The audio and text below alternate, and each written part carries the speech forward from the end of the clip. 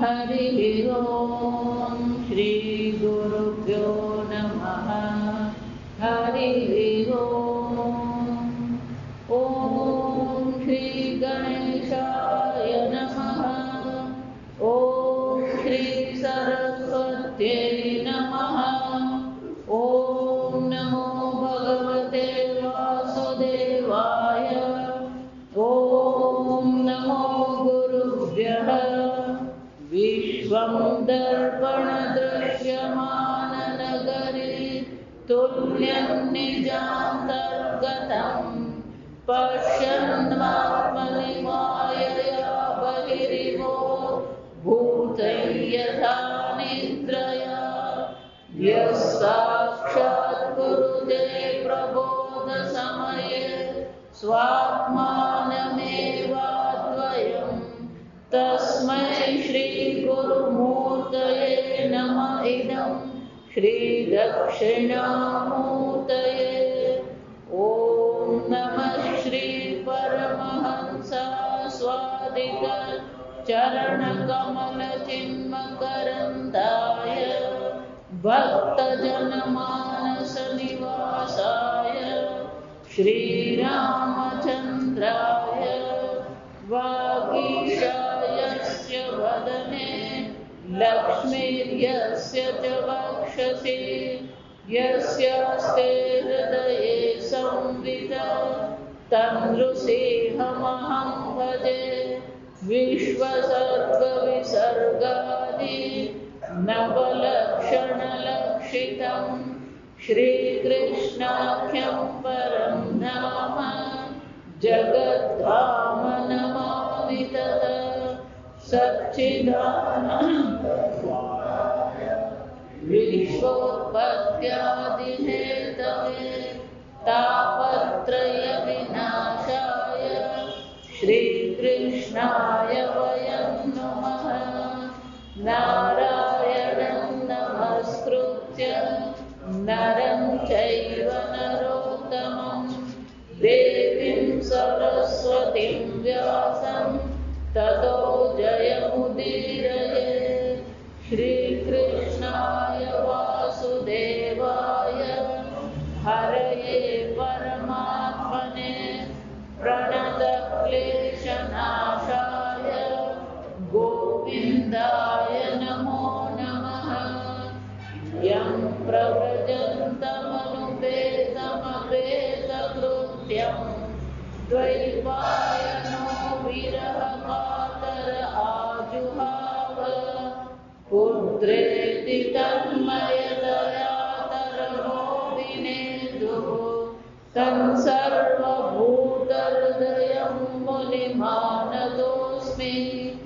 बर्हापीडं नटवरवपुः कर्णयो कर्णिकारं बिभ्रद्वासकनककपिशं वैजयन्तीं च मालां रन्ध्रावेणुरधरसुधया पूरयन् गोपवृन्दैः बृन्दारण्यं स्वपदरमणं प्राविशद्गीतकीर्तिः।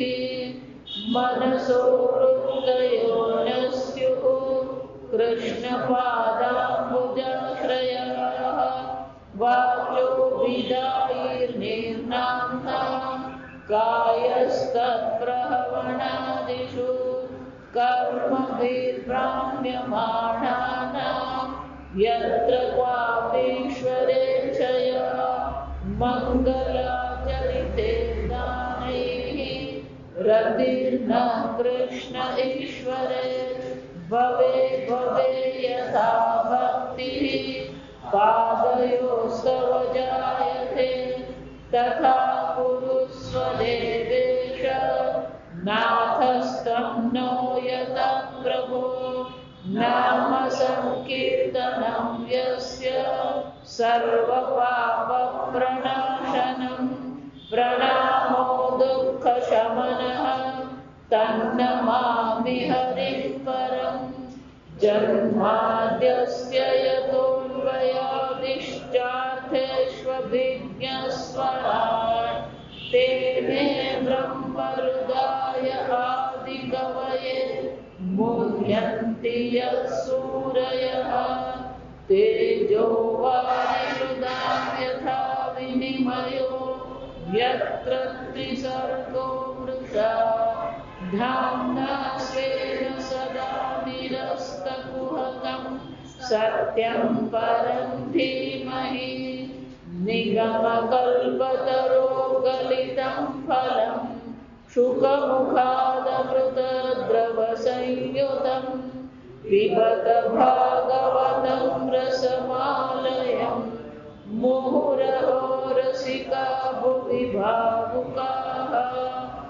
ॐ नमो भगवते तुभ्यं वासुदेवाय धीमहि प्रद्युम्नाय निरुद्धाय नमः संकर्षणाय च अच्युतानन्द गोविन्द नामोच्चारणदेशजा नश्यन्ति सकलारोगाः सत्यं सत्यं वदाम्यहम् अङ्गनामङ्गनामन्तरे माधवः माधवं माधवं चान्तरे नाङ्गना इत्थमाकल्पिते मण्डले मध्यगः सञ्जगो वेणुना देवकी नन्दनः वंशी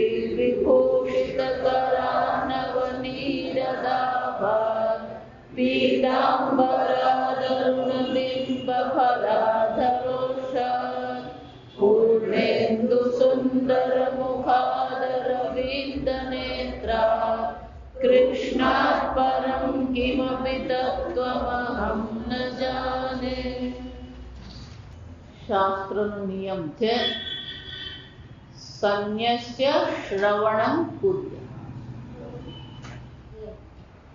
પરીક્ષિતે જ કરી ત્રૈવર્ગિકમ સંન્યસ ધર્મ અર્થ અને કામને નિષ્પ્રયોજન જોઈને સર્વનો ત્યાગ કરી દીધો.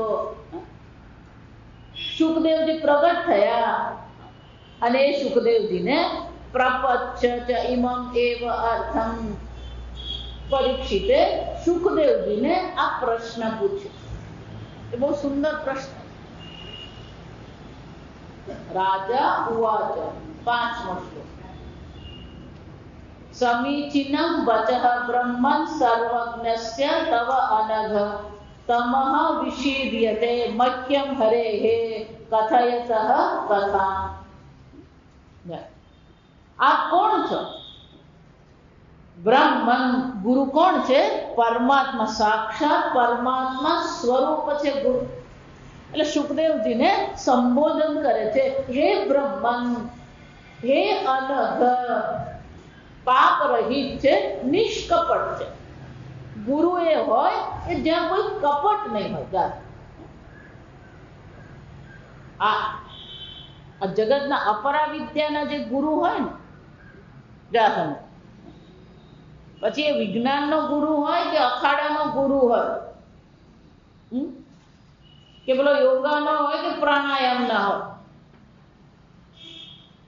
બધું શિષ્ય શીખવે નહીં. જો સમજજો, આ પહેલાના જમાનામાં એવું થતું, પેલા અખાડામાં જાય પછી પેલા બધા દાવ શીખવે, ને દાવ કહેવાય અખાડા. પેલા જાત જાતના દાવ શીખવે.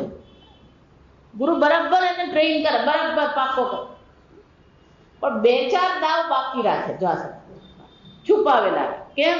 પણ શિષ્ય જો ભવિષ્યમાં ચેલેન્જ કરે તો એને પછાડવા શું છે?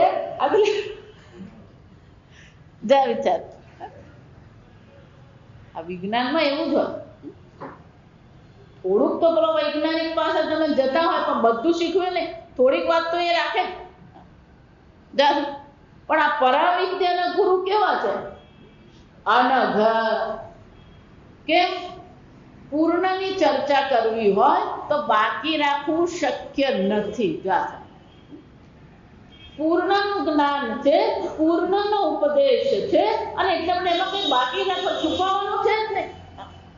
જો વિચાર, છુપાવવાનો અર્થ શું થયો? જે છુપાવતો હોય ને તો હંમેશા યાદ રાખ, જે જૂઠું બોલતો હોય, જે છુપાવતો હોય, જે કપટ કરતો હોય, આ એને કેમ કરવું પડે? પ્રશ્ન ત્યાં છે. જો એ કેમ આવું કરે છે?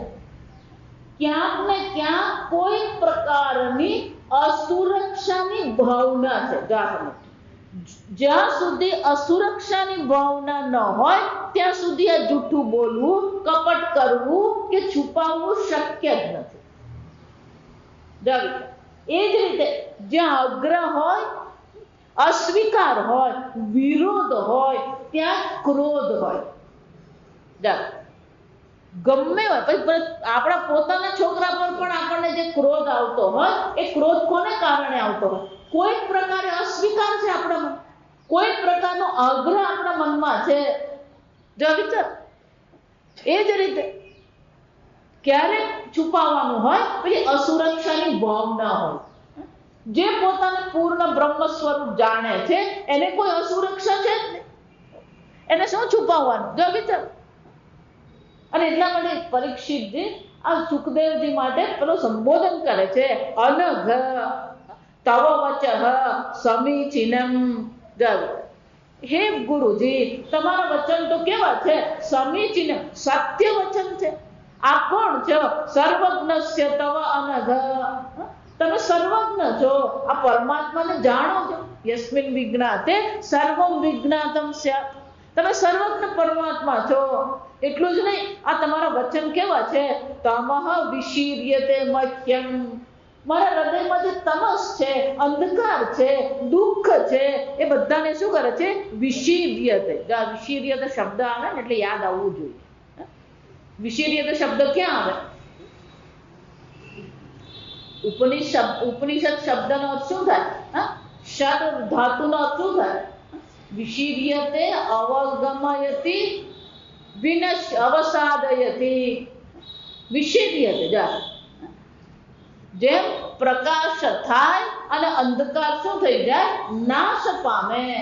એમ તમારા વચનથી, તમારા પવિત્ર વચનથી મારા મનમાં જે કંઈ અંધકાર છે, જે કંઈ અસુરક્ષા છે, જે દુઃખ છે, પીડા છે, એ સર્વ નાશ પામ્યા છે. કેમ? હરે હે કથયત કથા. તમે શું કરી રહ્યા છો? આ હરિની કથા તમે મને કહી રહ્યા છો, અને એટલા માટે મારા મનમાં જે પણ કંઈ અંધકાર છે એ સર્વ નિવૃત્ત થઈ ગયો. પરંતુ ભૂય એવ, ભૂય ફરીથી વિવત્સામી, આ જાણવા માંગુ છું કે હરિની કથા કેવી છે? હરિ અનંત, કથા અનંત. હરિ પણ અનંત છે અને હરિની કથા પણ કેવી છે? અનંત છે. વિવત્સામી, હું જાણવા માંગુ છું. ભગવાન આત્મમાયયા યથા ઇદમ સૃજત જ વિશ્વમ. ભગવાને પોતાની માયાથી આ જગતનું કેવી રીતે સર્જન કર્યું. દુર્વિભાવ્યમ અધીશ્વરૈ. આ ઈશ્વર કેવા છે? સર્વનું પાલન કરનાર છે. ઇદમ વિશ્વમ, સંપૂર્ણ જગત જે છે એ સંસારની એમણે રચના કેવી રીતે કરી. દુર્વિભાગ, આ સમજવું અમારા માટે કેવું છે? અશક્ય છે. આપણે ભલે વાત કરીએ, જો સમજજો બરાબર, ભલે આપણે ચર્ચા કરતા રહીએ, તસ્માદ એ તસ્માદ આકાશ સંભૂત આકાશાદ વાય બોલીએ ખરા, પણ એ પ્રક્રિયાનું ધારો કે ચિંતન કરવાનું હોય તો કરી શકીએ. અહીંયા ભાગવતમાં જ આવશે, માર્કંડેય મુનિ ઈશ્વર સામે પોતાની ઈચ્છા પ્રગટ કરે કે ભગવાન આ સર્જન કેવી રીતે થયું મારે જોવું છે. એટલે કે છે કે આ સૃષ્ટિની રચના જે છે એ અમારા માટે તો કેવી છે? રહસ્યમય જ છે. આ કેવી રીતે થયું ભગવાન તમારામાંથી? અધીશ્વરૈ, તમે કોણ છો? આ સંપૂર્ણ જગતના ઈશ્વર છો. યથા ગોપયતિ, પણ ભગવાન તમે શું કરો છો? વિભુહુ ગોપયતિ રક્ષયતિ, તમે આ જગતની રક્ષા પાલન કેવી રીતે કરો છો? યથા સંયચ્છતે પુનઃ, અને વળી પાછું પોતાનામાં શું છે? આ જગતનો સંહાર કરી દો છો. આ ભગવાને આ જગતની ઉત્પત્તિ કેવી રીતે કરી, આ ભગવાન આ જગતનું પાલન કેવી રીતે કરે છે, આ ભગવાન જગતનો સંહાર પોતાનામાં કેવી રીતે કરે છે. યામ યામ શક્તિ ઉપાશ્રિત્ય પુરુષ શક્તિ પરમ પુમાન. અને કઈ કઈ શક્તિથી ભગવાન આ બધું કરી રહ્યા છે. આ સર્જન કરવા માટે શક્તિની આવશ્યકતા છે. તો કઈ કઈ શક્તિ છે? પુરુષ શક્તિ પરહ પુમાન. અને આ ભગવાન તો કેવા છે કે ભગવાન સ્વયં કેવા છે? આ શક્તિમાન છે. પરહ પુમાન એ ભગવાન તો આ શક્તિથી પણ પર છે, માયા રહિત છે. જો સમજ, ભલે આપણે ભગવાન એમ કહીએ, સબલ માયા કહીએ ખરા આપણે, પણ ભગવાન સ્વયં કેવા છે? પરહ, કોઈ પણ પ્રકારની પરિચ્છિન્નતા, કોઈ પણ પ્રકારના ગુણ રહિત આ પરમાત્મા છે. જો ભગવાન આ સર્વ ગુણ રહિત છે, શક્તિ રહિત છે, તો આ ભગવાને આ જગતનું સર્જન કેવી રીતે કર્યું? કેમ? આત્માનં ક્રીડયન ક્રીડન કરોતિ વિકરોતિ છે. કારણ કે ભગવાન માટે તો આ કેવું છે? પોતે જ પોતાની સાથે રમત કરી રહ્યા છે, પોતે જ પોતાની સાથે. આ જો વિચાર, ભગવાને જ રમકડા બનાવ્યા અને ભગવાન જ એ રમકડા સાથે શું કરી રહ્યા છે? રમી રહ્યા છે. રાખના રમકડા મારા રામે રમતા રાખ્યા રે. આત્માનં ક્રીડન, પોતાની જ લીલા કરવા માટે, ખેલ કરવા માટે. ક્રીડન કરોતિ વિકરોતિ છે. ભગવાને આ બધા રમકડા બનાવે, આ ખેલ કરી રહ્યા છે ભગવાન. કરોતિ વિકરોતિ છે. કરોતિ એટલે કે ઉત્પન્ન કર્યું, વિકરોતિ એટલે વળી પાછો સંહાર પણ કરી દીધો. આમ નૂનમ ભગવતઃ બ્રહ્મન હરેર અદ્ભુત કર્મણ. આ ભગવાનની જે લીલા છે એ અદ્ભુત લીલા છે. આ કોઈ સમજી શકતું જ નથી. દુર્વિભાવ્યમ ઇવ આભાતિ કવિભિશ્ચાપી ચેષ્ટિતમ. આ મોટા મોટા કવિઓ, પંડિતો, વિદ્વાનો પણ આ ભગવાનની લીલાને સમજી શકતા જ નથી. જો વિચાર, ભલે આપણે ચર્ચા કરીએ, આ સમજજો. જો આ સમજ, કેમ અહીંયા એવું કહેવામાં આવ્યું છે કે આ ભગવાનની લીલા જે થઈ રહી છે એ સમજવી કઠિન છે, એવું કેમ કહેવામાં આવ્યું? જો મુંડક ઉપનિષદમાં બે શબ્દ છે, યશ સર્વજ્ઞ સર્વેશ સર્વવિદ. યશ સર્વજ્ઞ સર્વવિદ, જે સર્વજ્ઞ છે અને સર્વવિદ છે. જો સમજ, આમ જુઓ તો જ્ઞા ધાતુ અને વિત્ત ધાતુ બંનેનો અર્થ તો જાણવું જ થાય. એટલે સર્વજ્ઞ કહીએ અને સર્વવિદ કહીએ, અર્થ તો એક જ છે, સર્વને જાણનાર. પણ શ્રુતિ માતા આ બે શબ્દ વાપરે છે.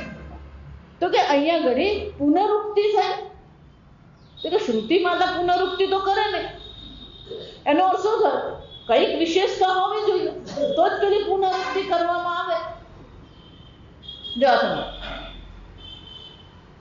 એટલા માટે જો વિચાર, યસ્મિન વિજ્ઞાતે સર્વમ વિજ્ઞાતમ ભવતિ. જેને જાણવાથી સર્વનું જાણે કે જ્ઞાન થઈ જાય. જો આ સમજો, ભલે ત્યાં સર્વમ વિજ્ઞાતમ ભવતિ બોલે છે, પણ ખરેખર સર્વમ વિજ્ઞાતમ નહીં થાય. હું સમજાવું. એક માટીના જ્ઞાનથી સર્વ મૃણમય જગતનું જ્ઞાન થઈ જાય. પણ દરેક માટીના વાસણનું જ્ઞાન આપણને હશે? એક સુવર્ણના જ્ઞાનથી સર્વ ઘરેણાનું અલંકારનું જ્ઞાન થઈ જાય એમ કહીએ, પણ સર્વ અલંકારનું જ્ઞાન હશે? કેમ? કે બે પ્રકારના જ્ઞાન છે. એક સામાન્ય જ્ઞાન છે, બીજું વિશેષ જ્ઞાન છે. ઉપાદાન કારણના જ્ઞાનથી સામાન્ય જ્ઞાન થઈ જશે. ઉપાદાન કારણના જ્ઞાનથી સામાન્ય જ્ઞાન થશે. આ બધા સુવર્ણ છે, પણ નામ શું છે, એનું રૂપ શું છે, એનો ઉપયોગ શું છે, મારા જેવા ઘણી વાર પેલા ગળેડા બતાવે ને તો મારે વિચારવું પડે કે હાથમાં પહેરવાનું છે, ગળામાં પહેરવાનું જાતનું કે પગમાં પહેરવાનું. એનું નામ શું છે ને એ નહીં ખબર હોય. એનો ઉપયોગ અર્થ ક્રિયાકારિત્વ, નામ રૂપ અર્થ ક્રિયાકારિત્વ છે. લાંબુ આ સમજ અર્થ એટલો જ થાય, એનો ઉપયોગ. એનું નામ શું છે, એનું રૂપ શું છે, એનો ઉપયોગ શું છે. તો આ સોનાનો અલંકાર છે એટલું જ્ઞાન છે, પણ એને શું કહેવાય અને એનો ઉપયોગ શું છે ખબર ન હોય. તો જ્યારે બ્રહ્મ જ્ઞાન થાય એમ જ્યારે કહેવામાં આવે તો ખરેખર ત્યાં સામાન્ય જ્ઞાન છે, વિશેષ જ્ઞાન છે. સામાન્ય જ્ઞાન છે. જો આ સમજ, પેલું વિશેષ જ્ઞાન શક્ય નથી. વિશેષ જ્ઞાન જો થાય ને તો પછી શું થઈ જાય, તો આપણાનું મગજ ફાટી જાય. સમજ કેમ? તો પછી જગતના બધાનું નામે ખબર હોય, બધાના મોઢા યાદ હોય, બધા શું બધું. ભગવાન કોને કહેવાય? જેને સામાન્ય જ્ઞાન પણ છે, વિશેષ જ્ઞાન પણ. એટલા માટે જ્ઞાની અને ઈશ્વર વચ્ચે ફરક છે. સ્વરૂપતઃ ઐક્ય છે, ઉપાધિતઃ તો શું છે? ભેદ છે. પેલો જીવની ઉપાધિ છે એટલે સામાન્ય જ્ઞાન શક્ય બનશે, વિશેષ જ્ઞાન શક્ય નહીં બને. કે બુદ્ધિ ને મન અલ્પ છે. પેલી માયા ઉપાધિ છે એટલે ભગવાન કોણ છે? સર્વવિદ છે. સર્વજ્ઞ પણ છે, સર્વવિદ પણ છે. બરાબર સમજી લો. તો ઈશ્વરની દ્રષ્ટિએ વિચારીએ, જગતની દ્રષ્ટિએ વિચારીએ તો શું થાય? જગતની દ્રષ્ટિએ અને ઈશ્વરની દ્રષ્ટિએ ફક્ત સામાન્ય જ્ઞાન જ શક્ય છે, વિશેષ જ્ઞાન થવું અશક્ય છે. સમજો. અને એટલા માટે પરીક્ષિતજી કહી રહ્યા છે કે ભગવાન તમે સર્જન કેવી રીતે કર્યું, કઈ કઈ શક્તિનો પ્રયોગ કર્યો, કઈ શક્તિથી તમે કયા પ્રકારનું સર્જન કર્યું, કેવી રીતે તમે પાલન કર્યું, કેવી રીતે તમે સંહાર કર્યો. કવિઓ માટે પણ એ કેવું છે, વિદ્વાનોને માટે પણ એ રહસ્ય જ છે ભગવાન. કેમ? એટલે વિશેષ જ્ઞાન તો કોઈને થઈ શકે એવું છે જ નહીં. આમ આ જગતનું જો વિશેષ જ્ઞાન શક્ય નથી. બરાબર સાંભળો, આ ભાગવત એનાથી પણ કંઈક વિશેષ છે. વેદાંત તો છે જ, પણ વેદાંતથી પણ કંઈક વિશેષતામાં છે. અહીંયા પરીક્ષિત કહી રહ્યા છે કે ભગવાન વિશેષ જ્ઞાન તો શક્ય જ નથી, અઘરું જ છે. એમાં પણ જ્યારે ભગવાન અવતાર ધારણ કરે છે અને અવતાર ધારણ કરીને જ્યારે લીલા કરે છે તો એ લીલા સમજવી તો શું છે, એનાથી પણ કઠિન છે. સમજ.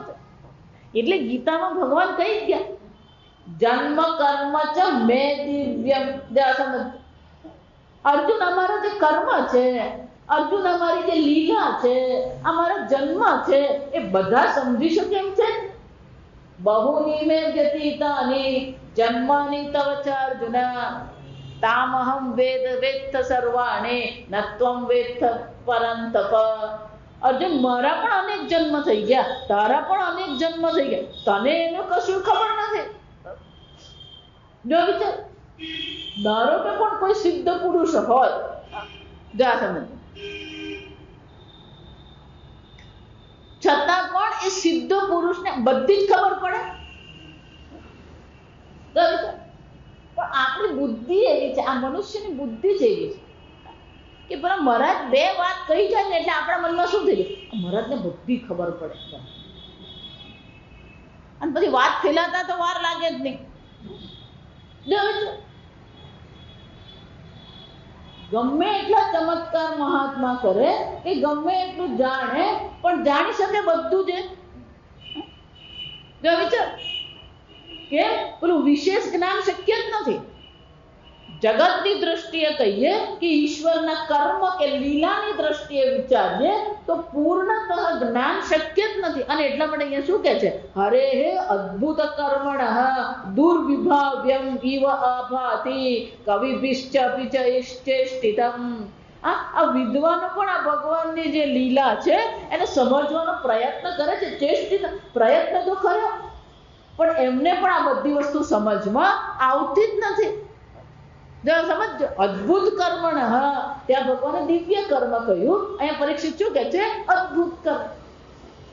જો કોઈ પ્રકાર એટલા માટે ઈશ્વર અનંત છે અને પૂર્ણતઃ હું ઈશ્વરને જાણું છું એવું કહેવું તો શું છે? અશક્ય. સ્વરૂપતઃ તમે જાણી શકો, પણ ભગવાનના કર્મ, ભગવાનના જન્મ, ભગવાનની લીલા આ બધું આપણે જાણી શકીએ છે જ નહીં. અને એટલે પરીક્ષિત કહે છે કે હે બ્રહ્માંડ, હે અનઘ, હે સુખદેવજી, આ ભગવાનની લીલા કવિઓ પણ એમાં અટવાય. ભગવાન પણ કહે છે કવયોપી યત્ર મોહિતાઃ કિમ કર્મેતિ કિમ અકર્મેતિ કિમ વિકર્મ ઇતિ કવયોપી યત્ર મોહિતાઃ. જો હું એટલે હંમેશા કહું કે ઈશ્વર જે કરી રહ્યો છે એ આપણી અલ્પ દ્રષ્ટિએ આપણને એમ લાગે છે ખોટું થઈ રહ્યું છે. આપણી અલ્પ દ્રષ્ટિએ એમ લાગે છે કે આ યોગ્ય નથી. પૂર્ણની દ્રષ્ટિએ વિચારીએ તો એ પૂર્ણમાં એ બધું બરાબર જ છે. એટલે પેલું નરસિંહ મહેતા કીધું સૃષ્ટિ મંડાણ એણી પરે છે, જોગી જોગેશ્વર કોઈક દીક. સૃષ્ટિ મંડાણ એટલે કે આ સૃષ્ટિની રચના કરનાર જે છે એણે જે સર્જન કર્યું છે એ સર્જન આપણી બુદ્ધિમાં આવી શકે એમ છે જ ને. અને એટલા માટે આપણે તો આટલું જ કહી શકીએ, જે ગમે જગદગુરુ જગદીશને તે તણો ખરખરો ભોગ કર. એટલે ભગવાનની લીલાને સમજવી, ભગવાનના કર્મને સમજવું અશક્ય છે. હંમેશા હું બધાને કહું, એટલે બહુ લાંબી ચલાવવાની નહીં આવી બાબતમાં. આવું કેમ થયું, પેલું કેમ થયું, કોઈ સમજી શકતું જ નથી. ધારો કે જે તમને સમજાવતું ને એ કશું સમજતું ને, એ તમને આશ્વાસન આપવા જ સમજાવ. અમારા જેવા ત્યારે કંઈ કહેતા હોય ને એ પણ શું કહેતા હોય, ખાલી આશ્વાસન જ હોય. સમજજો એ શું કહી શકીએ? જ્યારે અલ્પ ઉપાધિ હોય, અલ્પ મન હોય, અલ્પ બુદ્ધિ હોય, કેટલું સમજી શકાય? જો વિચાર. અને એટલે પરીક્ષિત કહે છે કે હે, મને ખબર છે કે ભગવાનની જે લીલા છે એ તો બહુ અદ્ભુત છે, અચિંત્ય છે, અને ભલભલા એમાં અટવાતા. જો એટલે આ ભગવાન કૃષ્ણ એટલે રામજીની લીલા જે છે ને એમાં કઈ બહુ મોહિત થવાનું નથી. આ સમય પૂજ્ય સ્વામી એટલે બહુ સરસ કે આ રામજીની લીલા છે ને આમ પેલે સીધી લીટી જેવું છે. દાસમ આમ સીધી લીટીમાં ચાલતો. કૃષ્ણ ભગવાન ક્યારે કઈ જમણી બાજુ ક્યારે પડી જાય, ડાબી બાજુ ક્યારે જાય, ઉપર ક્યારે ખબર પડે જ નહીં. જો સમજો. પૂજ્ય સ્વામી એટલે બહુ સરસ કે પેલા રામ એમ કે આમ સીધા આમ ટટ્ટાર હોય. જો સમજ. પેલા કૃષ્ણ ભગવાન ક્યારે ટટ્ટાર હોય જ નહીં. જો સમજ. ત્રિભંગ લલિતાકૃતિ. જો વિચાર, એ ઉભા ઈધા રહેતા નથી. જા સમજ. વિચાર, આગળ એક એક લીલા આવશે ને ભગવાનની, ત્યારે આપણે જોઈશું કે શું ભગવાન કરી, કોઈ ખબર જ પડતી નથી. આ ગોવર્ધન લીલામાં એવું જ થયું. પેલા બધાને એવા પટાવ્યા ભગવાને. જા સમજો. વર્ષોથી પેલી ગોવર્ધનની લીલા, તો ગોવર્ધનની પૂજા કરવાનું કોઈ કરતું નતું. વર્ષોથી ઇન્દ્રની જ પૂજા થતી હતી. ભગવાને પેલા બધાને એવા પટાવ્યા, બધા હાહા કરતા થઈ ગયા. જા સમજો. નંદ બાબા વિચાર કે આ આવડો અમસ્તો છે પણ ભલભલાની બુદ્ધિ શું કરી જાય, એ કોઈ ના પાડતું જ નથી. જો સમજ, યશોદામાં એને ગુસ્સો કરવા જાય પણ ભગવાન એવી વાત કરે કે એવા પટાવી લે માતા નહીં. જો હા, શ્રી કૃષ્ણની જે લીલા જે છે એ કેવી છે, અદ્ભુત છે. એટલું જ નહીં, યથા ગુણામ સુપ્રકૃતે યુગપત્ક્રમશોપિવા વિભર્તિ ભૂરિશઃ તુ એકઃ કુર્વન કર્માણિ જન્મભિઃ. અને આ ભગવાન કેવા હતા? એકઃ. આ ભગવાન એકલા જ હતા. આ ભગવાન એકલા હતા. જો બહુ મજા નથી. બૃહદ ઉપનિષદમાં આવે એ ભગવાન એકલા જ હતા. પછી ભગવાનને પેલી એકલતા લાગી, એકલાપણું લાગ્યું. એટલે ભગવાને વિચાર કર્યો કે હું અનેક બહુ શ્યામ પ્રજા હું અનેક બની જાઉં. વિચારવાનું તો એ થાય કે ભગવાનને એકલાપણું લાગે ખરું જ આ પહેલો પ્રશ્ન. એટલે જ કહું, પહેલા પગથિયાથી જ માયા ચાલુ થઈ જાય. જો વિચાર, આ ભગવાનને એકલા લાગવાનું, જે પૂર્ણ છે એને એકલતાના અનુભવની શક્યતા જ નથી. જો વિચાર, એટલે અહીંયા કહે છે આ ભગવાન તો એક જ છે. ગુણાંશુ પ્રકૃતે યુગપત ક્રમશો પીવા, પણ પોતાની પ્રકૃતિને યુગપત ગાહમ ક્રમશઃ પીવા. સૃષ્ટિ બે પ્રકારથી ગાહમ. ભગવાનની સૃષ્ટિ બે પ્રકારથી થાય. એક ક્રમશઃ છે. આકાશ સંભૂત, આકાશાદ વાયુ, વાયોરગ્નિરગ્નિરાપ, અદ્ય પૃથ્વી, પૃથિવ્યામ ઔષધઃ, ઔષધિભ્યઃ અન્નમ, અન્નાત પુરુષ. આ શરીર જાતમ. આને ક્રમશઃ કહેવાય. પણ ક્રમશઃ દર વખતે એવું નથી. યુગપતવા, અચાનક જ ભગવાને આંખ ખોલી અને શું થયું? સંપૂર્ણ સૃષ્ટિ ઉત્પન્ન થઈ ગઈ. અને યુગપદ એક સાથે. એટલે તો આ સૃષ્ટિ કર્મ જે છે ને એ જ સમજવું અઘરું. પછી સૃષ્ટિ સમજવી તો પછીની વાત છે, આ સમજ. અને એટલે પરીક્ષિતજી કહે છે કે આ ભગવાને પોતાની પ્રકૃતિથી ભૂરિશ એટલે કે અનેક પ્રકારથી બિભરતી, અનેક ગુણોને ગુણાંશુ બિભરતી ભૂર, અનેક ગુણોને પોતાના સ્વરૂપમાં રાખીને, અનેક પ્રકારથી ગુણોને પોતાના કાબુમાં લઈને, વશમાં કરીને ક્રમશઃ પણ એમણે ઉત્પત્તિ કરી છે. યુગપત પણ એમણે શું કરી છે? આ સૃષ્ટિ કરી છે. કુર્વન કર્માણી જન્મભિઃ, અને અનેક કર્મ કરવા માટે અનેક જન્મ પણ એમણે શું છે? ધારણ કરે.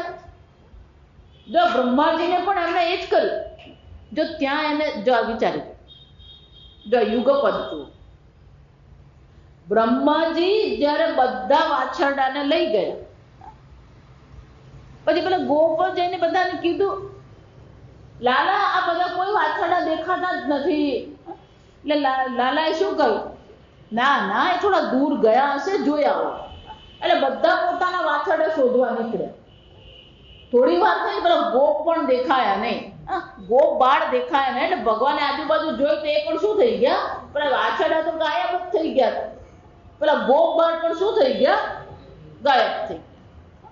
એટલે ભગવાન વિચાર કર્યું કે આ બધા ગયા ક્યાં અચાનક? એટલે ભગવાને આંખ મીચીને જોઈ લીધું, આ બધા ક્યાં પહોંચી ગયા? પેલા બ્રહ્મલોક પહોંચી ગયા. બ્રહ્મલોક બધા પહોંચી ગયા. હવે ગોકુળ જવાનો સમય થઈ ગયો, સંધ્યા થવાનો સમય થઈ ગયો. અને આ બધા વિના ભગવાન તો જઈ શકે એમ હતું જ નહીં. એટલે ભગવાને શું કર્યું? યુગપત જાહેર. શું કર્યું? તત્કાળ ભગવાન શું થઈ ગયા? બધા ગોપ બાળ બની ગયા, બધા વાછરડા બની ગયા. એ વાછરડાનો શણગાર બની ગયા. ગોપ બાળની લાકડી, ગોપ બાળનો ધાબળો, બધું કોણ બની ગયું? યુગપત જાસન. એટલે શ્રી કૃષ્ણ ભગવાનની લીલા જે છે એ ક્યારે યુગપત છે અને ક્યારે ક્રમશઃ છે. જાસન ભગવાન બધી લીલા કરી બતાવી. યુગપત બધું બની ગયા અને પછી શું કર્યું? ગયા. જા વિચાર, ભગવાન ગયા. પણ તે દિવસે જો સમજજો, તે દિવસે સાંજે જ્યારે બધા ગયા, રોજ જ્યારે બધા જતા હતા ત્યારે બધાની નજર પેલી કૃષ્ણ પર રહેતી હતી. આજે એવું થયું કે ગાયને એનો વાછરડો વાલો લાગતો હતો, ગોપીને એનો બાળક વાલો લાગતો હતો. એને નવાઈ લાગી કે આ મારો બાળક મને કેમ આટલો બધો આજે વાલો લાગવાનો? જાસા પેલી ગાય પણ કૃષ્ણ સામે જોવાને બદલે કોની સામે જોતી હતી? પેલા વાછરડાને પ્રેમ કરતી હતી. અને આવી ભગવાને લીલા ક્યાં સુધી કરી? 1 વર્ષ આ સમજજો. કેમ કે બ્રહ્માજી ત્યાં ઉપર લઈ ગયા, એમનો 1 દિવસ ગયો ને આપણો અહીંયા 1 વર્ષ પસાર થઈ ગયા. એટલે બીજે દિવસે બ્રહ્માજી જોવા આવ્યા તો બધું શું હતું? જૈસે થે જાસમ. એવું ને એવું જ હતું. બ્રહ્માજીને ચક્કર આવી ગયા. કેમ? બ્રહ્માજી વિચાર કરે કે મેં ઝેરોક્સ મશીન તો બનાવ્યું નથી.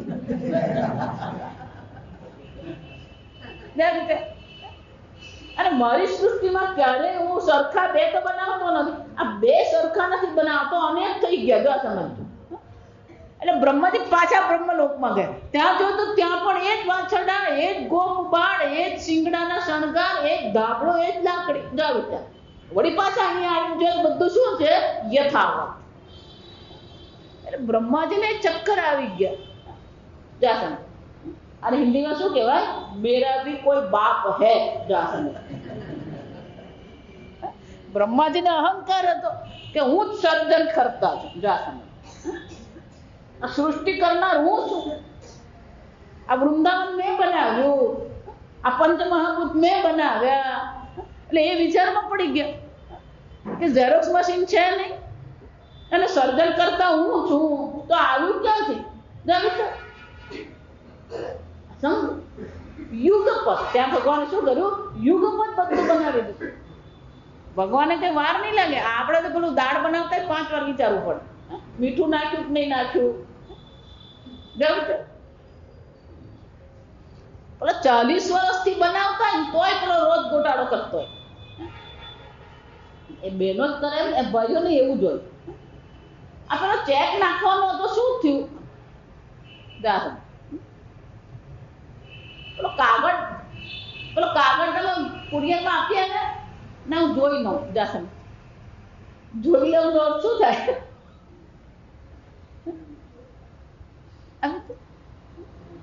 યુગપત. બ્રહ્માજીને ચક્કર આવી ગયા. એ બ્રહ્માજીએ વિચાર્યું કે આ કઈક મારા સર્જનમાં શું છે? આ બીજું કોઈક સર્જન કરતા હોય એવું લાગે. એમણે પણ ધ્યાન કર્યું. જો આ સમજ. એટલે ક્યાંય પણ કઈક ગડબડ થાય ને એટલે ધ્યાન જ. ઇન્દ્રને પેલું ગડબડ થયું, ધ્યાન જ કર્યું. એનો ઉપનિષદમાં જોઈ ગયા કે પેલા યક્ષ સ્વરૂપ પરમાત્મા પ્રગટ થયા. પેલો ઇન્દ્ર ગયો, પાછો આવ્યો. વાયુ ગયો, પાછો આવ્યો. ઇન્દ્ર ગયો, ભગવાન શું કર્યું? વાતે કરીને આલોપ થઈ ગયા. પણ ઇન્દ્રને થયું કે આ કોઈ અદ્ભુત યક્ષ છે, સ્વપ્રકાશ છે, તેજસ્વી છે. એટલે આજુબાજુ ફાંફા મારવાને બદલે શું કર્યું? ધ્યાન કર્યું. એમ બ્રહ્માજી ધ્યાનમાં બેસી ગયા. એમને ખબર પડી ગઈ કે આ તો મારો બાપ કોઈ છે. જો વિચાર. યુગપત. અને શું કહેવાય? યુગપત. ક્રમશઃ વિવા યુગપત પ્રકૃતે ગુણાન વિભર્તિ. એક સાથે આ ગુણોની મદદથી ભગવાન સર્જન પણ કરે છે. એટલું જ નહીં, પૂર્વં કર્માણિ જન્મભિઃ. સર્જન જ કરે છે એમ નહીં, જન્મભિઃ અનેક અવતાર ધારણ કરીને અનેક પ્રકારના કર્મ પણ ભગવાન કરી જ રહ્યા. આમ ભગવાનને કર્મ કરતા આપણે જયારે જોઈએ છે ત્યારે આપણા મનમાં એક પ્રશ્ન થાય કે ભગવાન જો આ બધા કર્મ કરી રહ્યા છે તો શું ભગવાન કરતા છે? ગીતામાં ભગવાન શું કહે છે? તસ્ય કર્તારમ અપિ મામ વિદ્ધિ અકર્તારમ અવ્યયમ. આમ આ ભગવાનના કર્મ પણ છે, અનેક જન્મ પણ ધારણ કરે છે, અનેક કર્મ પણ ભગવાન કરી રહ્યા છે. સૃષ્ટિ પણ યુગપત સૃષ્ટિ પણ કરે છે, એક સાથે પણ કરી રહ્યા છે, અને ક્રમશઃ પણ ભગવાન આ સૃષ્ટિ કરી રહ્યા. અને આવું બધું જ્યારે થતું હોય, વિચિકિત્સમ એતન્મે બ્રવીતુ ભગવાન. એટલે આ બધું જોઈને મારા મનમાં હે ભગવાન, હે ગુરુજી, વિચિકિત્સિતમ, આ મારા મનમાં સંશય થઈ રહ્યો છે. શાબ્દે બ્રહ્મણ નિષ્ણાંત. આપ કોણ છો? જાસન. આપ શબ્દ બ્રહ્મના એટલે કે શબ્દ પ્રમાણમાં આપ કુશળ છો. જાસન. ગુરુ જોઈએ એમ નહીં, પણ ગુરુ કેવા હોવો જોઈએ? શાબ્દ બ્રહ્મણી નિપુણ નિષ્ણાંત. જાય ગુરુજી પણ ક્યારે કામ લાગે? હું એટલે વારંવાર કહું, ગુરુજીના ગમે એટલા આશ્રમ હોય અને ગુરુજીનું ગમે એટલું જ્ઞાન હોય અને ગુરુજીનું ગમે એટલો વૈરાગ્ય હોય, પણ આપણને તો શું કામ લાગવાનું?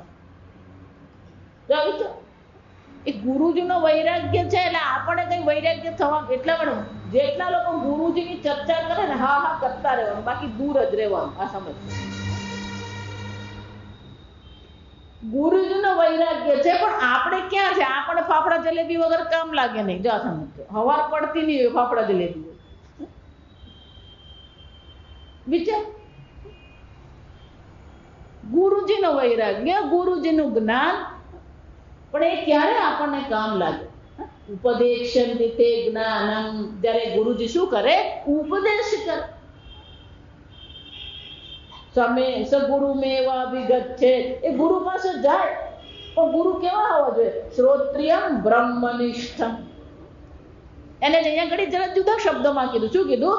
શાબ્દ બ્રહ્મણિ નિષ્ણાતઃ પરસ્મિંશ્ચ ભવાન ખલુ. હે સુખદેવજી, આપ તો શબ્દ બ્રહ્મના નિપુણ છો અને એટલા માટે આ મારા મનમાં જે સંશય જે છે એ સંશયની નિવૃત્તિ કરવા માટે આપ કુશળ છો. આપ એ શક્ય છે આપણા માટે અને એટલા માટે હે સુખદેવજી, આપને હું વિનંતી કરું છું કે ભગવાને સર્જન કેવી રીતે કર્યું? ખરેખર જો તો 5 પ્રશ્ન. સર્જન કેવી રીતે કર્યું? પાલન કેવી રીતે કર્યું? વિસર્જન કેવી રીતે કર્યું? કઈ કઈ શક્તિનો આપણે પ્રયોગ કર્યો? ક્રમશઃ કે યુગપત કેવી રીતે એ કરી રહ્યા છે? અને એમના જન્મ, અનેક જન્મ છે, અનેક કર્મ છે. આ બધી વસ્તુ મને સમજાતી નથી. આ બાબતે મારા મનમાં સંશય છે અને આપ મારા સંશયની નિવૃત્તિ અવશ્ય કરશો.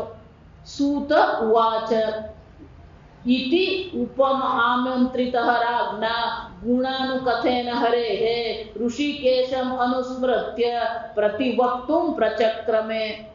અને આ પ્રકારથી જ્યારે રાજા પરીક્ષિતે પ્રશ્ન જ્યારે પૂછ્યો, ગુણાનુકથને હરેઃ, પણ પ્રશ્ન શાનો હતો?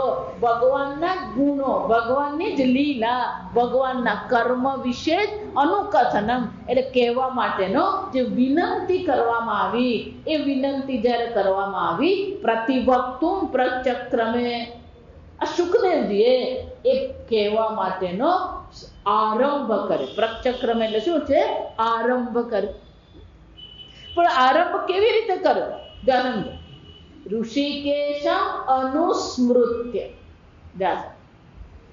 કોઈ પણ પ્રકારનો આરંભ કરવો હોય તો પહેલા કોનું સ્મરણ કરવું જોઈએ? ભગવાનનું સ્મરણ કરવું. એને મંગલાચરણ કહેવાય. જા સમજ. ગમે એટલા વિદ્વાન હોય, ગમે એટલા જ્ઞાની હોય, પૂજ્ય સ્વામીજી બહુ સરસ વાત કરી. જા સમજ. કોઈ પણ કર્મ હોય, કર્મમાં 3 પરિબળ છે. પહેલું શું છે? યત્ન, આપણો પોતાનો પ્રયત્ન. પ્રયત્ન તો આપણે જ કરવાનો. પ્રયત્ન કર્યા પછી કર્મ ફળ માટે રાહ પણ કોણે જોવાની છે? ઉતાવળે આંબા પાકે નહીં. આજે આંબો રોપ્યો, કાલે મોર આવે, પરમ દિવસે કેરી આવે, એ શક્ય જ નથી. યત્ન અને કાળ. જા સમજ. યત્ન અને કાળ હોય એટલા માટે જો અંગ્રેજીમાં એને થર્ડ ફેક્ટર કહીએ. અંગ્રેજીમાં એને થર્ડ ફેક્ટર. ત્રીજું પરિબળ છે. કયું છે? દૈવમ. યત્ન, કાળ અને દૈવમ. જો દૈવમ અનુકૂળ હશે તો આપણું ધારેલું ફળ મળે. જો દૈવમ પ્રતિકૂળ હશે તો શું થવાનું? ફળ મળતું નથી. એનો અર્થ શું થાય? જ્ઞાની હોય કે અજ્ઞાની હોય, પેલું દૈવમ તો શું હોવું જોઈએ? અનુકૂળ હોવું જ જોઈએ. અર્જુને પણ એ જ કર્યું. આ સમજો. ભગવાનને પોતાના પક્ષમાં લઈને અર્જુને શું કર્યું? દૈવમને શું કર્યું? અનુકૂળ બનાવ્યું. અને એક વાર જો દૈવમ અનુકૂળ છે તો ભલે 7 અક્ષૌહિણી સેના હોય પણ હારવાની કોઈ શક્યતા છે જ નહીં. અને એટલા માટે સંજય પણ શું કહે છે? યત્ર યોગેશ્વર કૃષ્ણ યત્ર પાર્થો ધનુર્ધર. ત્યાં પાર્થ માટે શબ્દ કયો છે? ધનુર્ધર. ધનુર્ધર એટલે કે એ પ્રયત્ન કરવા તૈયાર છે. આપણે લોકો ઊંધું કરીએ. આપણે કર્મફળ ઉત્પન્ન કરવાનો પ્રયત્ન કરીએ અને કર્મ કોની પાસે કરાવીએ? ભગવાન પાસે. ધનુર્ધર એટલે કોણ છે? ધનુષ એનું શું છે? કર્મનું પ્રતીક છે, પ્રયત્નનું પ્રતીક છે. આ જે પ્રયત્ન કરવા તૈયાર છે. યત્ર યોગેશ્વર કૃષ્ણ યત્ર પાર્થો ધનુર્ધર તત્ર શ્રી વિજયોર્ભૂતિ ધ્રુવામતિર મમ. આ મારો નિશ્ચય છે કે જ્યાં ભગવાન શ્રી કૃષ્ણ છે અને પ્રયત્ન કરનાર અર્જુન છે, પછી ત્યાં વિજય, સફળતા, શ્રી સંપત્તિ અવશ્ય હોય છે. આમ આ દૈવ અનુકૂળ હોવું જોઈએ.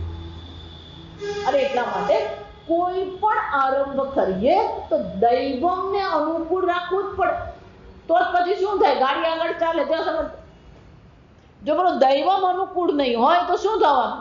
કે ક્યાંક ને ક્યાંક ગાડી શું થાય? ખટકી પડે. એટલા માટે આપણે ત્યાં નાળિયેર ફોડીએ, ભગવાનની પૂજા કરીએ. આ ગમે એટલું સેક્યુલર કર્યા કરે, આ સમજજો.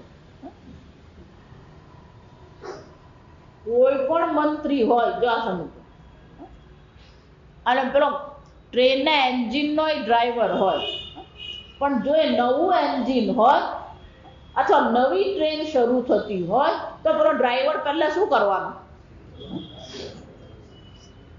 જો વિચાર, પેલા ટ્રેનના એન્જિન પર હાર પહેરાવે, પછી સ્વસ્તિક બનાવે, અને પેલા લોખંડના પાટા પર શું કરે? પેલું નાળિયેર ફોડે. બધા મંત્રીઓ ખાતમુહૂર્ત જ કરતા હોય. ખાતમુહૂર્ત કરે એનો અર્થ શું થાય? સેક્યુલર થયું. જો વિચારજો, કોઈ પણ કર્મ કરવું હોય પેલું શું કરવું પડે? પેલું ભગવાનનું નામ લેવું જ પડે. દૈવમને અનુકૂળ બનાવવું જ પડે. કંઈ પણ કરીએ પછી જુદી જુદી પ્રકારથી આપણે કરીએ. જો આ સમજવા, પણ પરીક્ષા આપવા જાય ને તોય શું કરીએ? પેલો એને ભગવાનનો પ્રસાદ આપીએ, પેલો ચાંદલો કરી આપે. પેલો પરદેશ જતો હોય તોય આપણે હાથમાં નાળિયેર આપીએ. જો આ વિચાર, ભગવાનનો પ્રસાદ આપીએ. અરે ભાઈ પેલા ભગવાનને પગે લાગીને નીકળજે. જો આ વિચાર, જો વિચાર. આપણા જીવનમાં આ બધું વણાયેલું જ છે. કોઈ એને ના પાડી શકે નહીં. આ સમજ. હવે ઓછું થઈ ગયું. આ બસ ને બધું આવે ને, પહેલા પેલી ટ્રેનમાં જાન લઈ જતા. ટ્રેનમાં જાન લઈ જવાની હોય તો જે ડબ્બામાં જાન બેસવાની હોય એ ડબ્બાની બહાર પણ શું કરવામાં આવતું? પેલા હાર તોરા કરવામાં આવે, પછી કંકુથી સ્વસ્તિક બનાવે, ચોખા ચડાવે, ફૂલ ચડાવે. જો વિચાર, એ ડબ્બો પેલો વર્ષો જૂનો હોય. આ સમજો. પણ એમાં જાન જવાની એટલે ડબ્બાને શું કરવું પડે? તું વિચારીજો, એનો અર્થ શું થાય? સર્વત્ર આપણે ઈશ્વરનું શું કરીએ? સ્મરણ કરીએ જ છે. ગાડી ઘરમાં નવી આવે એટલે પહેલું શું કરવાનું હોય? એના પર પેલા સ્વસ્તિક કરે, પૂજા કરે. સમજો, આ ટેક્સી ડ્રાઈવર પણ હોય. તમે જોજો, રિક્ષા વાળો હોય કે ટેક્સી ડ્રાઈવર હોય, સવારના પોરમાં જયારે પહેલી વાર બેસે ને એટલે પહેલા શું કરે? પેલી અગરબત્તી કરે, પેલા ફૂલ ચડાવે, પેલો અગરબત્તી કરે ને પછી શું કરે? એનું જે પેલું સ્ટીયર હોય, સ્ટીયરિંગ, એ સ્ટીયરિંગ પર શું કરે? અગરબત્તી. સમજ. આમ સુખદેવજી પણ આરંભ કરી રહ્યા છે. અને જો આરંભ કરવો હોય તો શું કરવાનું? ઋષિકેશ અનુસ્મૃત્ય પ્રચક્રમે. એમણે પણ આ જયારે ભગવાનની લીલાનું વર્ણન કરવાનો આરંભ કરવો હતો તો પહેલું સ્મરણ કોનું કર્યું? ઋષિકેશનું સ્મરણ કર્યું. કેમ? ગુણાનું કથને હરે હે. આ ભગવાનના ગુણ કથન કરવા માટેનો વિનંતી કરવામાં આવી. ભગવાનની લીલાનું વર્ણન કરવું છે. ભગવાનના જન્મ, ભગવાનના કર્મ, ભગવાનની લીલા. આ બધાનું વર્ણન કરવાનો પ્રારંભ કરતા પહેલા શુકદેવજી આ ભગવાનનું સ્મરણ કરે છે. આ બહુ સરસ મંગળાચરણ. આ મંગળાચરણ આપણે કરી શકીએ. આપણે ત્યાં પણ કોઈ પણ પ્રકારનો પ્રારંભ હોય તો આ મંગલાચરણનો શ્લોક છે. એને શિષ્ટાચાર છે. સુખદેવજીએ જો ભાગવત કથાના મંગલાચરણમાં આ શ્લોક કયો હોય તો આને પરીક્ષિતને મોક્ષ મળ્યો હોય એનો અર્થ શું થયો? આ પ્રાર્થના શું થઈ? સફળ થઈ. જો સમજો, આ શ્લોક આપણે પણ ક્યાં ઉપયોગ કરી શકીએ? આપણા ઘરમાં પણ કંઈક નવું કરવું હોય, બાળકને નવું બાળક ઘરમાં આવે, બાળક પરીક્ષા આપવા જાય, નવું ઘર બનાવીએ તો આપણે પણ શું કરી શકીએ? આ શ્લોકનો મંત્ર તરીકે ઉપયોગ કરી શકીએ. બહુ સુંદર છે. શું કીધું? નમઃ પરસ્મૈ પુરુષાય. પરસ્મૈ પુરુષાય.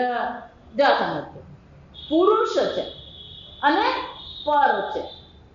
સમજો, સંપૂર્ણ ભાગવતમાં કોઈ પણ તમે સ્તુતિ જોશો એમાં 3 વસ્તુ જોવા મળશે. ઈશ્વરના 3 રૂપ છે. નિર્ગુણ નિરાકાર એ ભગવાનનું સ્વરૂપ એક. સૃષ્ટિ કરતા પરમાત્મા આ બીજું સ્વરૂપ. અને અવતાર કાળમાં ભગવાન જે લીલા કરે છે, જે અવતાર ધારણ કરે છે એ ભગવાનનું શું છે? ત્રીજું સ્વરૂપ. સંપૂર્ણ ભાગવતમાં જ્યારે પણ તમે કોઈ પણ સ્તુતિ જોશો આ 3 રૂપની સ્તુતિ જોવા મળશે. નમઃ પરસ્મૈ. પરસ્મૈ એટલે કોણ છે? જે કોઈ પણ પ્રકારની મર્યાદા રહિત છે. અહીંયા પર શબ્દ છે. આ સમજવા, કોઈ પણ ભગવાનનો જ્યારે આપણે પ્રણામ કરીએ ત્યારે નમઃ શબ્દ વાપરીએ. આ નમઃ શબ્દ જે છે વ્યાકરણની દ્રષ્ટિએ એક વિશેષતા છે કે નમઃ શબ્દ જેને માટે વપરાયો હોય એમાં 4થી વિભક્તિ લાગે. રામાય નમઃ, નમો નારાયણાય, ઓમ નમઃ શિવાય, કૃષ્ણાય નમઃ. આ પેલી 4થી વિભક્તિ લાગે. એટલે પુરુષાય નમઃ. જો પુરુષને માટે કયું છે? પેલો પર શબ્દ છે, પરાય નમઃ નહીં થાય. પરસ્મૈ નમઃ. તસ્મૈ શ્રી ગુરુમૂર્તયે નમઃ. આ સર્વનામ કહેવાય. તત્ છે, પર છે, એ સર્વનામ છે. શું થાય? તત્ સર્વનામની 4થી વિભક્તિ તસ્મૈ થાય. એ જ રીતે આ પર શબ્દ સર્વનામ છે, એની વિભક્તિ કઈ થાય? પરસ્મૈ. થોડુંક વ્યાકરણ ભણવાનું, કઈ દુઃખી થવાની જરૂર નથી. માતાજી વ્યાકરણ બહુ સમજાવવાનું કેવી રીતે? વ્યાકરણ નહીં હશે. પરસ્મૈ પર છે. પર છે એનો શું થયો? દેશ કાળ વસ્તુ અપરિચ્છિન્ન. પર નિર્ગુણ નિરાકાર. એ કોણ છે? પુરુષાય. પુરીશયના પુરુષ, જે આ દેહરૂપી નગરીમાં શયન કરનાર છે એને શું કહેવાય? પુરુષ કહેવાય. એનો અર્થ શું થયો? સર્વના હૃદયમાં એ પરમાત્મા ઉપલબ્ધ થઈ જ રહ્યો.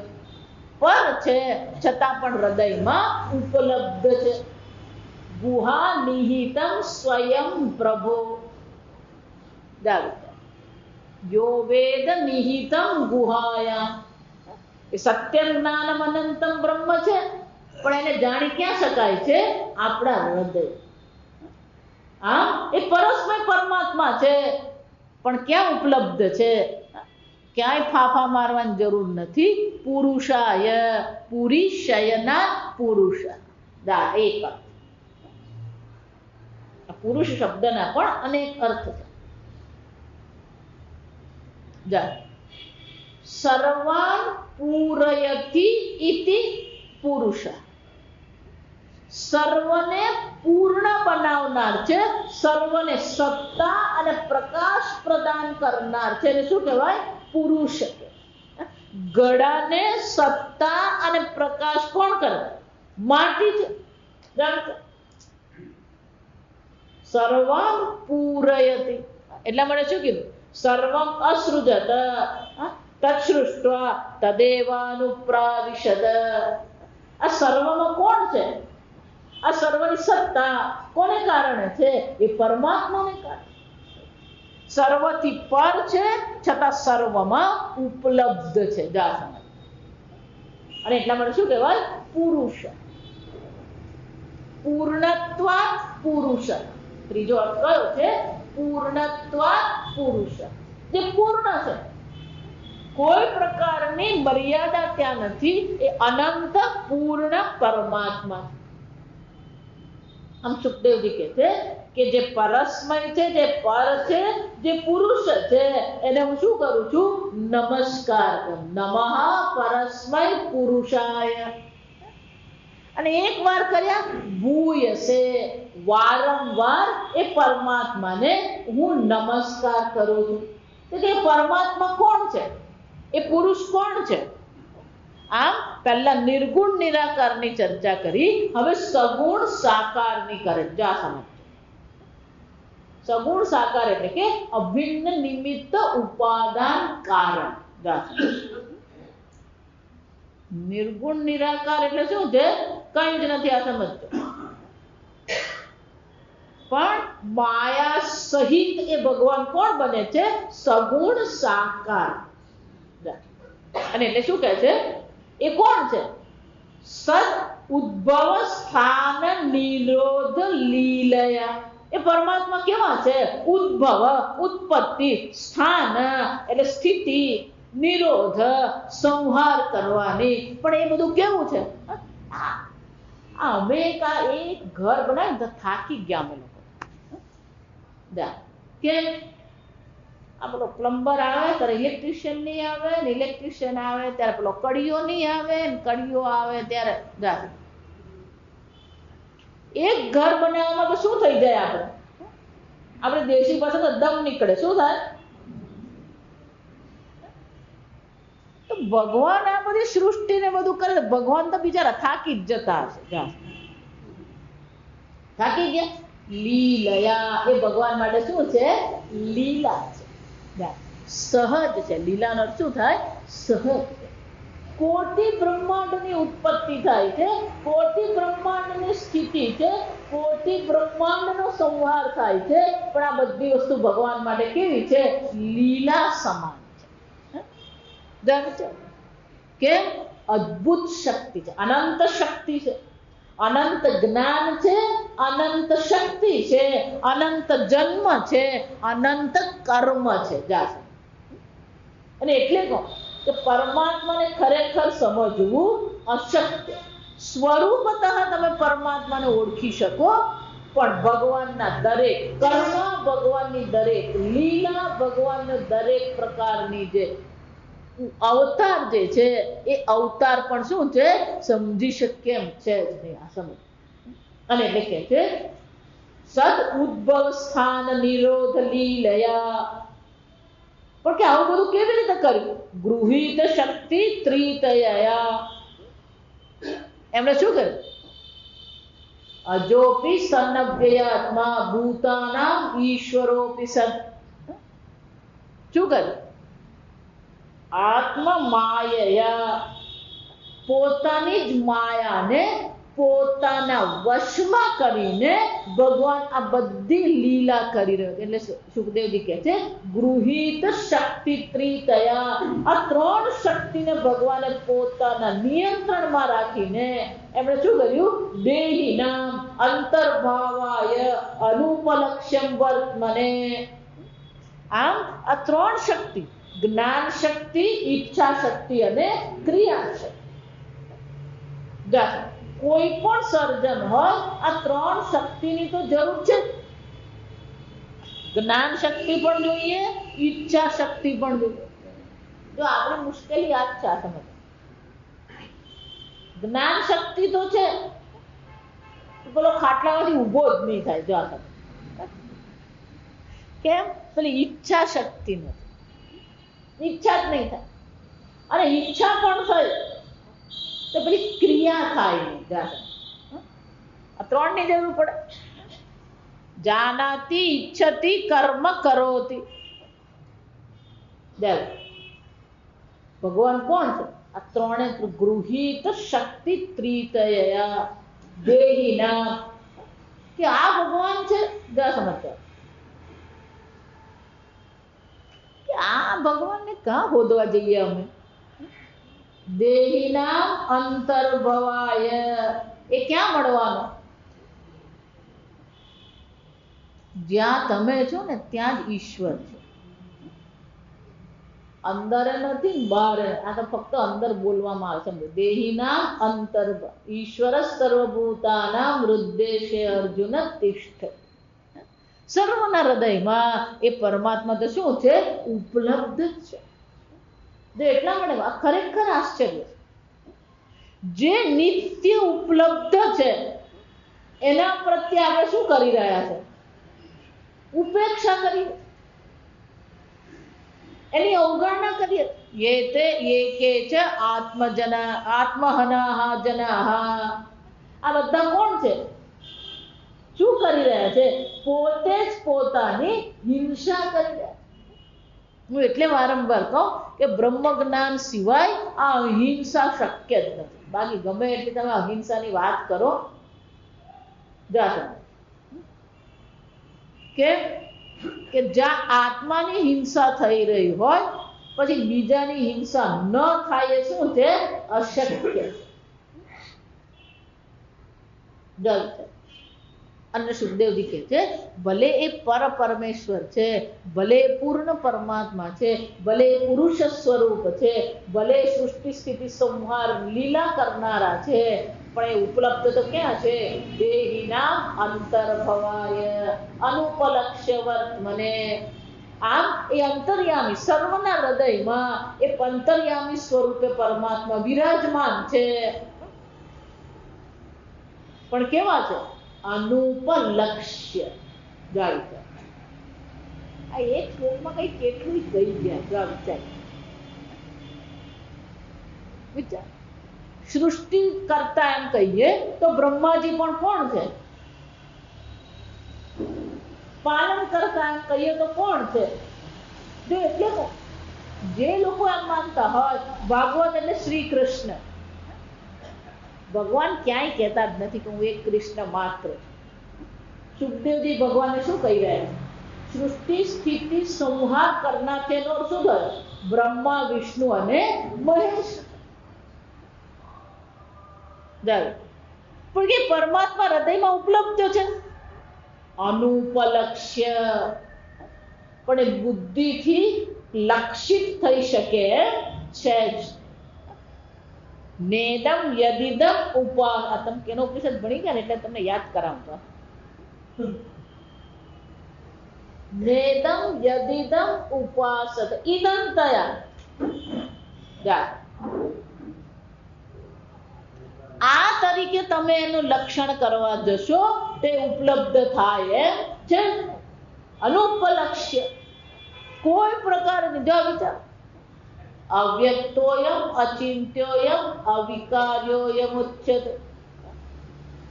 અવ્યક્ત ઇન્દ્રિયોનો વિષય બની શકે એમ નથી. અચિંત્ય મનનો પણ વિષય બની શકે એમ છે. યતો વા ઈમાની ભૂતાની જાય. આ પરમાત્મા છે પણ કેવા છે? યતો વાચો નિવર્તન્તે અપ્રાપ્ય મનસા સહ. મન સહિત આ વાણી શું થાય છે? પાછી. અનુપલક્ષ્ય. તો પછી ભગવાનને જાણી જ નહીં શકાય. જાણી શકાય? અનુપલક્ષ્ય વર્તમને. એ ભગવાનને જાણવાનો માર્ગ કેવો છે? વર્તમાં એટલે માર્ગ. જો એટલે શું કહે છે? અનુપલક્ષ્ય વર્તમને. એમનો માર્ગ જાણવાનો જે માર્ગ છે એ કેવો છે? સીધો વાચ્યાર્થ નથી, પણ કેવો છે? લક્ષ્યાર્થ.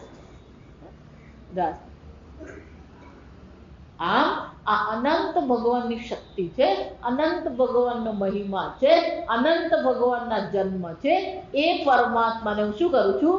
નમઃ પરસ્મૈ પુરુષાય. આમ સુખદેવજી પ્રારંભ મંગલાચરણ. અને પરમાત્મા કોણ છે?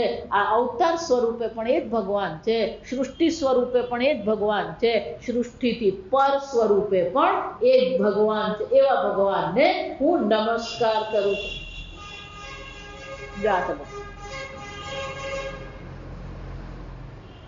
ભલે એ ભગવાન છે, મજાની વાત. મને શું કામના? એમણે સર્જન કર્યું, એ આ સૃષ્ટિનું પાલન કરે છે, એ સૃષ્ટિનો સંહાર કરે છે, પણ એ ભગવાન મને કઈ કામ લાગે એમ છે કે નહીં? જો આ કોના જેવું? પેલી દુકાનમાં ઘણી દવા છે, પણ મને કામની દવા છે કે નહીં? જો મને કામની દવા એ દુકાનમાં નહીં હોય, તે દુકાન મારા માટે શું છે? કોઈ કામ નહીં. એમ આ ભગવાન છે, નિર્ગુણ નિરાકાર છે, પૂર્ણ છે, પુરુષ છે, સૃષ્ટિ સ્થિતિ સંહાર કરનાર છે. ક્યાંક મને કામ લાગે એમ છે કે નહીં? એટલે બીજા શ્લોકમાં સુખદેવજી કહે છે ભૂયઃ નમઃ. એ ભગવાનને હું વારંવાર ફરીથી એમના ચરણોમાં નમસ્કાર કરું છું. પણ એ ભગવાન કેવા છે? આને શું કહેવાય? ભગવાન સર્વજ્ઞ છે, સર્વશક્તિ છે, એટલાથી કામ લાગે નહીં. જો આ સમજ, આ વેદાંતી લોકો આ સર્વજ્ઞ સર્વશક્તિમાં જ ફરતા રહેતા હોય. આ સમજ. પણ તમારો સર્વજ્ઞ, તમારો સર્વશક્તિ કોઈ કામનો નથી. આ સમજ.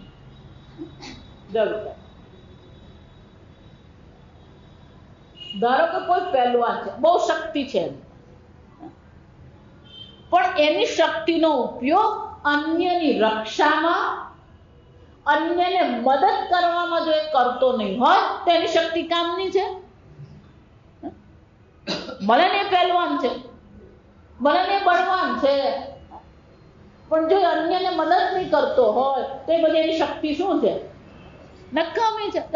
એમ ભગવાન સર્વશક્તિ છે, પણ મન કામ લાગે એમ છે કે નહીં? સમજો એનો અર્થ શું થશે? સર્વજ્ઞ સર્વશક્તિ જ નહીં. બે વસ્તુ તો હું કહી દઉં. ભગવાન સર્વજ્ઞ સર્વશક્તિ છે, પણ એટલો ભગવાનને ઓળખવાથી કામ નહીં લાગે. ભગવાનને બીજા બે રીતે ઓળખવું પડે. એ કર્માધ્યક્ષ છે, કર્મફળ દાતા. હવે આ ત્રીજી ઓળખ છું. ભલે એ કર્માધ્યક્ષ છે, કર્મફળ દાતા છે, પણ મને શું કામ ના? એ કયો ભગવાન મને કામ લાગે? એ પરમ દયાળુ કૃપાળુ હોય તો મારો કામ જાય. કયો ભગવાન કામ લાગવાનું? એમાં શું હોવી જોઈએ? એ અનુગ્રહ કરતો હોવો જોઈએ, એ કૃપા કરતો હોવો જોઈએ, એ દયાળુ હોવો જોઈએ તો મારા કામ. અહીંયા જ ભાગવતની શરૂઆત છે. ભગવાન સર્વજ્ઞ સર્વશક્તિ છે, પણ સાથે સાથે કોણ છે? પરમ દયાળુ, પરમ કૃપાળુ છે. તો કે ખરેખર કે હા, સદવૃજિના છિદે અસતામ અસંભવાય અખિલ સત્વમૂર્તયે. આ ભગવાન કેવા છે? સદવૃજિનઃ છિદે. વૃજિનઃ એટલે પાપ. દાસન આ વૃજિન શબ્દ ક્યાં આવે? ગીતામાં આવે. સર્વમ જ્ઞાન પ્લવેનૈવ વૃજિનમ સંતરિષ્યતિ. સર્વ પ્રકારના પાપ, સર્વ પ્રકારના દુઃખ આ જ્ઞાન રૂપી તરાપાથી આપણે પાર કરી શકીએ. એ જ વૃજિનો શબ્દ અહીંયા છે કે સદ એટલે કે આ સાધુજન જે છે એ સાધુજનના દુઃખનું શું કરે છે? છિદે. દુઃખનો નાશ કરનાર એ પરમાત્માને હું વારંવાર નમસ્કાર કરું છું. એટલું જ નહીં, અસતમ અસંભવાય. અને જે અસત લોકો છે એને શું કરતા રહે છે? આપણે મનુષ્યનો વ્યવહાર જોઈએ. સામાન્ય જનનો વ્યવહાર. સામાન્ય જનનો વ્યવહાર કેવો છે? જે મારી સાથે સરખી રીતે રહે, સારી રીતે રહે, એની સાથે હું સારો. અને જે મારું બગાડે એને શું કરવાનું?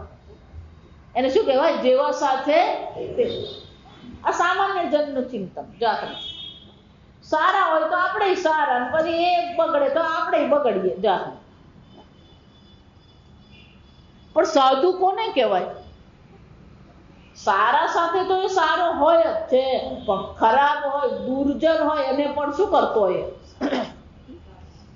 એના પણ કલ્યાણનું ચિંતન કરે. સાધુ પુરુષોને કહેવાય કે જે દુર્જન જે છે, દુષ્કર્મ કરનાર છે, એને નુકસાન કરનાર છે, એને પણ એ શું કરે છે? આશીર્વાદ આપે છે. એના પણ કલ્યાણ માટે એ પ્રાર્થના કરે. તો ભગવાન છે પરમ દયાળુ છે. એ જે સાધુ પુરુષો છે, ધર્મનિષ્ઠ છે, એમના ભક્તો છે, એમનો ઉદ્ધાર કરે છે. બધા ભગવાને પક્ષપાતી થઈ ગયો તમારો. એટલે મેં આગળ કહ્યું ને કે નિર્ગુણ સગુણ ભગવાન તો છે, પણ આપણને કયો ભગવાન કામ લાગશે? આ ભગવાનનું જે ત્રીજું સ્વરૂપ છે ને એ ભાગવત છે. ભગવાન કેવા છે? સાધુ જનના દુઃખનો તો નાશ કરે જ છે, પણ ભગવાનની મહાનતા ક્યાં છે?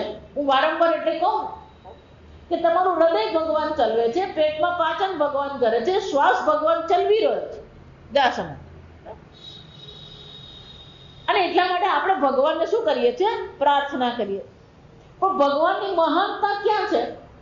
જે એમ કે છે કે હું ભગવાનમાં માનતો નથી, એનું હૃદય પણ કોણ ચલવે છે? એના પેટનું પાચન પણ કોણ કરે છે? એના શ્વાસ પણ કોણ ચલવી રહ્યો? ભગવાન ચલવી રહ્યો. જે ભગવાનને માને છે એને જ ભગવાન કરે છે એમ નહીં. જે ભગવાનના અસ્તિત્વને પણ સ્વીકારતો નથી એનું પણ ભગવાન શું કરી રહ્યા છે? કલ્યાણ કરી રહ્યા છે. આ સમજો. આને જ ભગવાન કહેવાય. પરમ દયાળુ ભગવાન કહેવાય. આ સમજો. અને એને શ્રુતિ અહીંયા ઘડી સુખદેવજી કહે છે કે જે સત્પુરુષો છે એની તો રક્ષા કરે જ છે, એના દુઃખની તો નિવૃત્તિ કરે જ છે. અસતામ, અસતામ એટલે કે જે પાપ કર્મ કરનાર છે. અસતામ અસંભવાય અખિલ સત્વમૂર્તયે. અસંભવાય, સંભવાય એટલે જન્મ, સંભવામી યુગે યુગ. પણ આ ભગવાનની વિશેષતા કેવી છે? સતજનોનો તો એ દુઃખ દૂર કરે છે, પણ જે અસતજનો છે એમને પણ ભગવાન આ જન્મ મરણના ચક્કરમાંથી મોક્ષ પ્રદાન કરનાર છે. જો આ સમજ. આ બધું આગળ ભગવાનની લીલા આવશે ને ત્યારે બધું પ્રગટ થશે.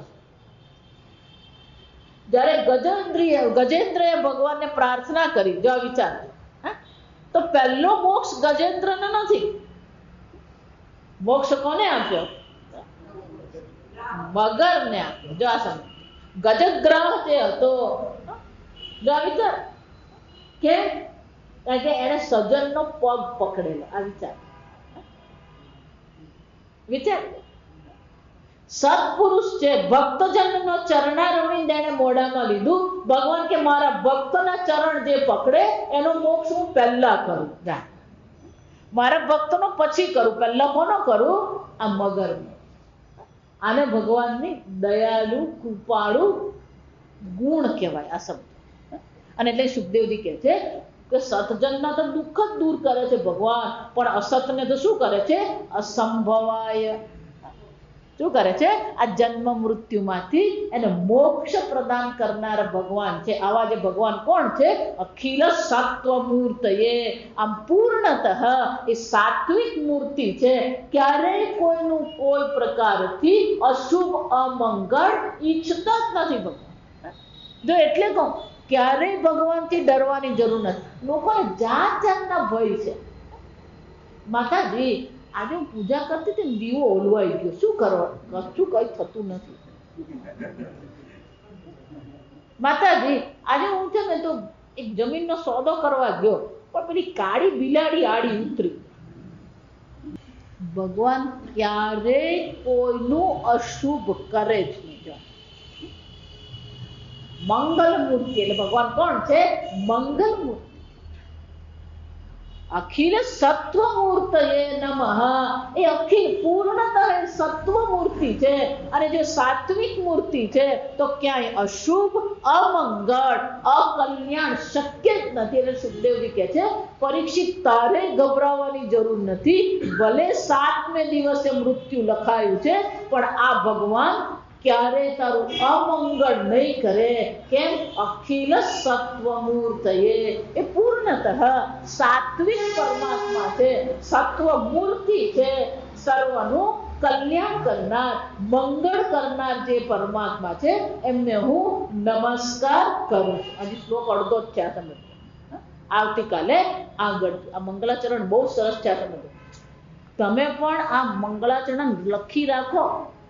કોઈ પણ કર્મ કરવું હોય તો ભગવાન પાસે શું કરવાનું? આ મંગલાચરણના મંત્રો બોલીએ તો આપણા જીવનમાં પણ અવશ્ય મંગળ જાય. એટલે સુખદેવજી કોણ છે? આગળ પરીક્ષિત કહી જાય બ્રહ્મન અનગ. કોણ છે? જ્ઞાની છે, અવધૂત કોટીના પરમહંસ પરમાત્મા છે, પરિવ્રાજક છે, અનઘ નિષ્કપટ છે. અને એમની પ્રાર્થના પણ કેવી હોવાની? નિષ્કપટ. અને એટલા માટે આ મંગળાચરણ બહુ સુંદર શ્લોકો છે. હજી તો આગળ ચાલશે.